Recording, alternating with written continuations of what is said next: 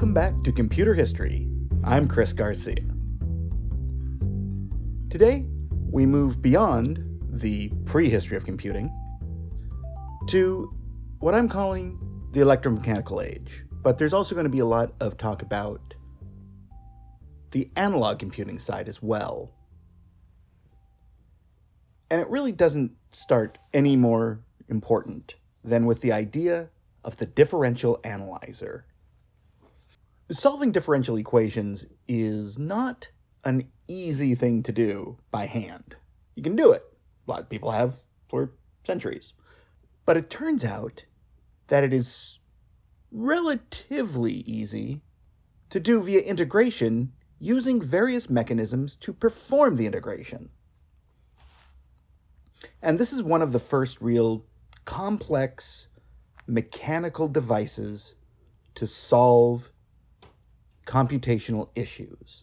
It's massive sometimes, and it's a big step forward. And they couldn't add. That's the interesting thing. It was very specifically driven to solve this one type of problem. So you couldn't add, but you could multiply, which is just a form of integration, honestly. So really, the first important devices that solved differential equations were built in the 1830s. Gaspard Gustave Coriolis designed a mechanical device that could integrate differential equations of the first order, at least according to Wikipedia. What's fascinating is that it wasn't really until the 1870s that we started to see really important work done with differential analyzers. In this case, by a dude named James Thomson. Now, first he published a description of a device which could integrate differential equations of any order, which is huge. And he happened to have a pretty well-known brother, Lord Kelvin. And they published more descriptions and so forth, and they really got on board getting his little bro into the world of scientific notice. And Kelvin built a tide predicting machine in the early 1870s. And what's fascinating is that this was also one of the first uses of integration of a computing device into a military use, because it was incorporated into a fire control system for the naval gunnery. That's gigantic. And that was in the early 1900s, probably 1912. And there were various other forms of this that were invented throughout the history of computing. And in particular, three really deserve some note. One was built between 1928 and 1931 by Harold Lockhausen and Vannevar Bush. Now, Bush is one of the major figures in the history of computing, and we'll be talking about him off and on throughout the series. And MIT really was the lead in mechanical computation in the earliest parts of its history, really. They were doing all sorts of fun little integration type stuff. But this one was a practical general purpose differential analyzer. And Bush actually described it as a continuous integraph, which I don't know what it means, but it sounds good. But he definitely described it as a differential analyzer. And he used many of the same theories as Kelvin had done. In fact, Bush said he was unaware of Kelvin's work until the first differential analyzer was in use, which is an interesting note. A lot of people didn't know that they were treading the same path as other people had. Part of that is because you didn't have easy ways of getting that sort of information. Now, granular information is much easier to find because we have the internet. And even in the 40s and 50s, when there was no internet, scientific publication, and in particular bibliographers, were much, much better about documenting things that had come in the past so that current researchers could look back. That one was a huge, major step, and a big one too, also. It influenced a guy named Douglas Hartree, and he was at Manchester University, and he used the design working with a student named Arthur Porter in 1934. And they did a proof of concept, which is the right way to go, and then they made a full-scale differential analyzer, and that was operational by March 1935. And it's said that it's the first machine of its type operational outside of the United States. I can't back that up. I'm almost certain it was, but there was lots of work being done in this area in Germany as well, and we're not as clear as what was being done in France, which also had very, very important work being done in mechanization of calculation. So there may have been things that sort of skirted the line, but this is definitely the first ancestor of the Bush design that we know of outside of the US. And over the next few years, up until 1939, which is really Europe's changing point, they delivered several of these. There was one in Queen's University, Belfast. There was one at the Royal Aircraft Establishment. There was one at Cambridge. There was a number of them. They say 5. I believe there were 7 or 8. But the last few may not have been fully operational by the time the war started and may have been shuttered. Hard to say.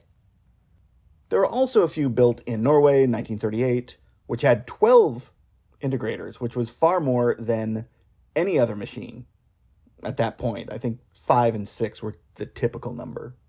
But most importantly, I think, in the US, there were 3 very significant differential analyzers built after the Bush, and they used similar techniques. Some branched off a little bit, but they were really just treading pretty well-known ground. One was at Ballistic Research Laboratory in Maryland.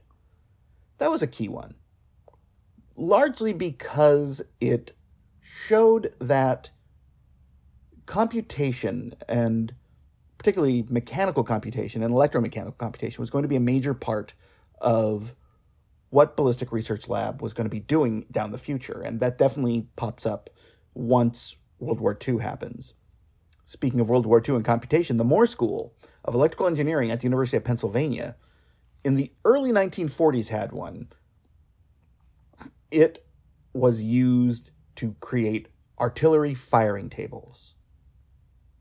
And that's a very important thing that will be a massive influence about 4 or 5 episodes away. The understanding that you needed to calculate firing tables and to solve the equations required for them was a major part of why electromechanical and electronic computation came about.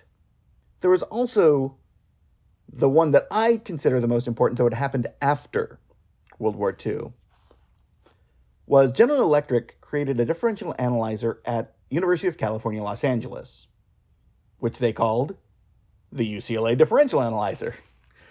One of the reasons why I think this one is so important, it is one of the best documented. The Bush differential analyzer at MIT definitely is well documented, but it's more difficult to sort of suss out the importance of it beyond just the number crunching.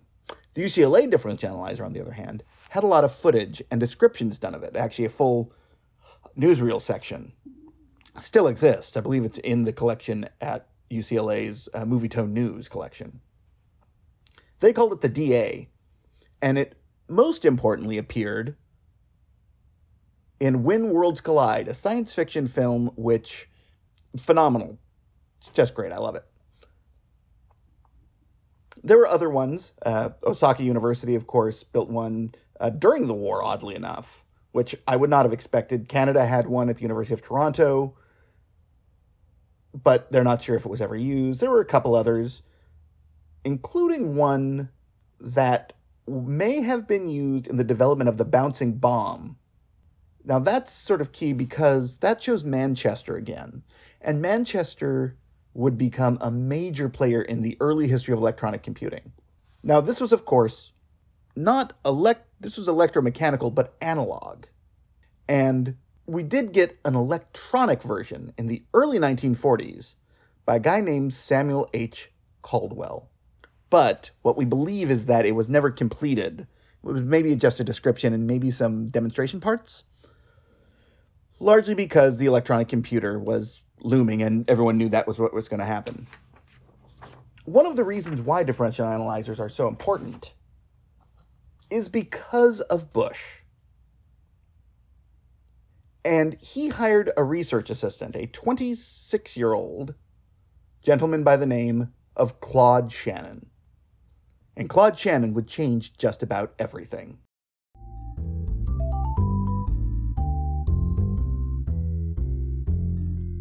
Claude Elwood Shannon was one of the most important figures in the history of computing theory. And he is sometimes called the father of information theory. He was not only a mathematician, but also a cryptographer, also a juggler, and all around an incredibly fun guy to be around. He did a lot of work during World War II, which was important, but what he really did as a 21-year-old at MIT was he described how you could use electromechanical and electrical circuits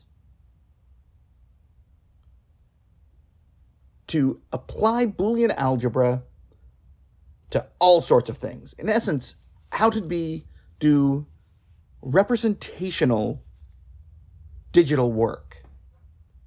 And he was describing mostly the mathematical theory of communication with symbolic analysis of relay and switching circuits, which was his most important work, and it came out of his dissertation.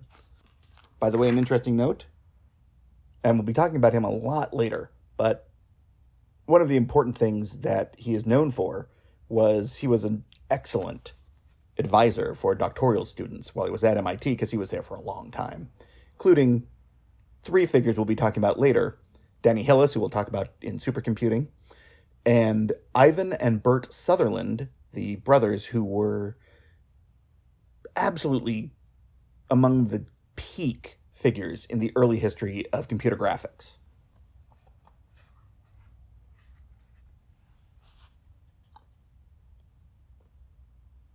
So in 1936, when he was working on the differential analyzer, he was only 20 at that point, actually.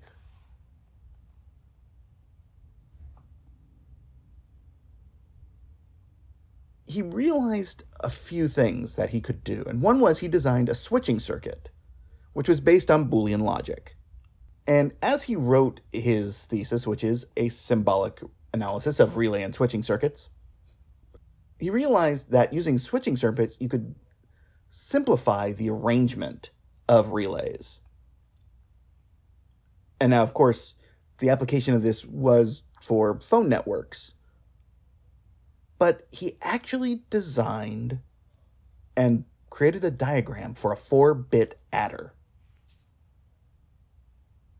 Once you have that, the implications are gigantic. One, it's showing that the use of electrical and electromechanical devices to do mathematics, we knew it was probably possible, but here is an application of it provable. But it wasn't Shannon alone who made this massive, important discovery and brought it to the world. It took others to actually get that out.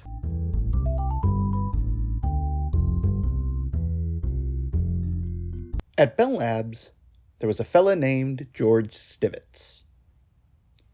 And Stibbitz, much like Shannon, was kind of a character. He also could venture into honorary cuss territory, as his letters would reveal, and I got to read them back about 6-7 years ago. He's one of the fathers of the modern digital computer, largely because of the work he did between 1937 and 1940, before the U.S. entered the war. He did a lot of work during the war also. But there's really two things that certainly make him significant to the path of electromechanical computing. And the first is in November 1937. He was at home and he was working with a tin can and a couple of relays he had around, and he developed an adder, much like the one described by Shannon. He called it the Model K, because he had been working at the kitchen table. It could do very simple binary addition. This is a direct application of Shannon's work and made into the real world, less than, I think, a year.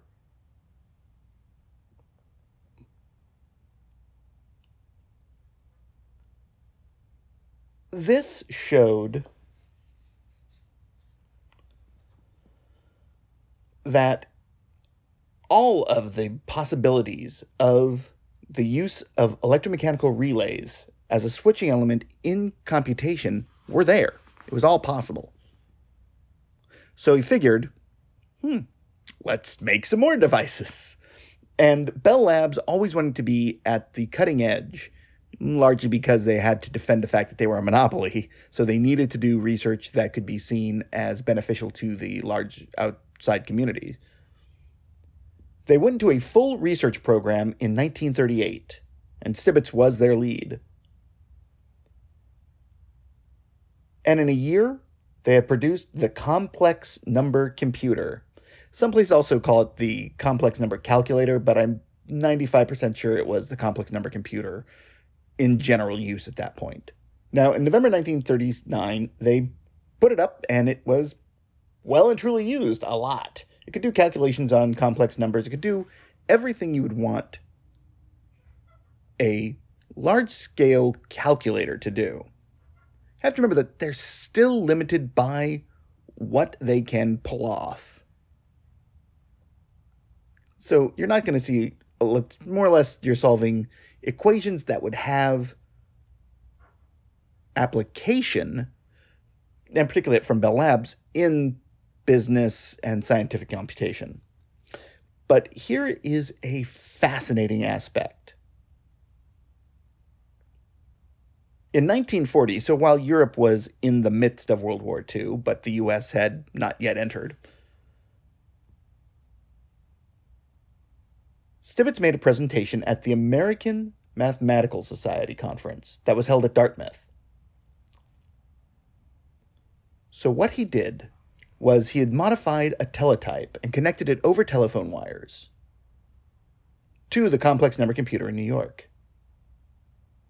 And he sent commands and did a computation. This is the first network computing machine that we know of. And fascinatingly, it went over standard telephone lines. That aspect is difficult to overstate. It proved that the use of standard networking, which would become the standard in computing, was possible years before anyone had a general purpose electronic digital computer to use. Stibbitz and Shannon's work was widely known, as was Vannevar Bush's, honestly. But about the same time, there's a fellow named Howard Aiken, and he presented a feasibility study to IBM's chairman, Tom Watson Sr., about making a electromechanical computer. Now, what would become the Automatic Sequence Control Calculator, the ASCC, better known honestly as the Harvard Mark I, didn't get launched until 1944, but they were talking about it and making plans as early as the late 30s. And in early 1937, Aiken brought the plans and concepts to IBM and other groups as well. What's interesting is that he was aware of Babbage's work because Babbage's son had given a demonstration piece of Babbage's engine to Harvard University. So he studied Babbage, particularly the analytical engine. And this is a quote, the machine brought Babbage's principles of the analytical engine almost to full realization and adding a few important features. What's important here is also a cultural aspect. And all this is happening at the very middle end of World War II, when it's starting to get made. And it's a massive machine. It was 51 feet long, 8 feet high, and hundreds and thousands of gears, 500 miles of wires, 3 million connections, 3,500 multi-pole relays, and 35,000 contact relays. There were counters, 10-pole switches, and really 72 adding machines with 23 significant digits each. The computational power there was huge for the time. An interesting note, the enclosure for the device was designed by Norman Bell Geddes, one of the most important figures in the history of American design, particularly industrial design. And it cost $50,000, which really pissed off Aiken, because he thought it could be better used to actually improve the scientific content. At least that's what Grace Hopper says. And Grace was fairly accurate in most of her stuff. Not everything, but you got there. This computer used paper tape, of course, and you could do it. You can make a program loop by literally taking a paper tape, passing it through, stopping it, then taping the ends together so it would run continuously. But as often happens, a machine that is not necessarily the one that comes forward, because electromechanical machines of this size were not particularly going to light the world on fire, though several were made. But they give experience to people who would become significant down the line. In this case, Richard Bloch, Robert Campbell, but most importantly, the woman I consider the mother of software, Grace Hopper. This was not the last work that IBM would do in electromechanical computing. They actually did another machine called the Selective Sequence Electronic Calculator, or SSEC, or SEC. Started in late 44, largely because they felt slighted in how it became known as the Harvard Mark I, and Aiken was not the most genteel of collaborators. This is the story, actually. Here it is. So in 1944, August, the Harvard Mark I was presented, but Tom Watson Sr., he didn't like Aiken's press release that gave no credit to IBM for the funding and the engineering effort. So they split, and instead it was Wallace John Eckert from Columbia who came up with the whole design for the new system.